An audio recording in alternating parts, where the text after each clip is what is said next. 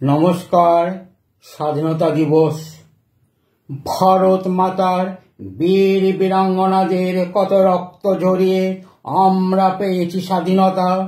দিনটা 1947 সালের 15ই আগস্ট। ত্রিবর্ণ রঞ্জিত পতাকায় সেজে ওঠে স্কুল, কলেজ, ক্লাব ছাড়িয়ে ভারতের সব জায়গা।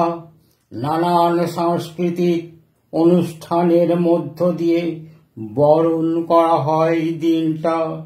ত্রিবর্ণ রঞ্জিত পতাকায় সেজে ওঠে ভারত মাতা। কিছু রক্ত পিপাসু দুষ্ট মানুষের দল বারবার কলঙ্কিত করতে চায় বিপ্লবের মাস আগস্ট মাসকে।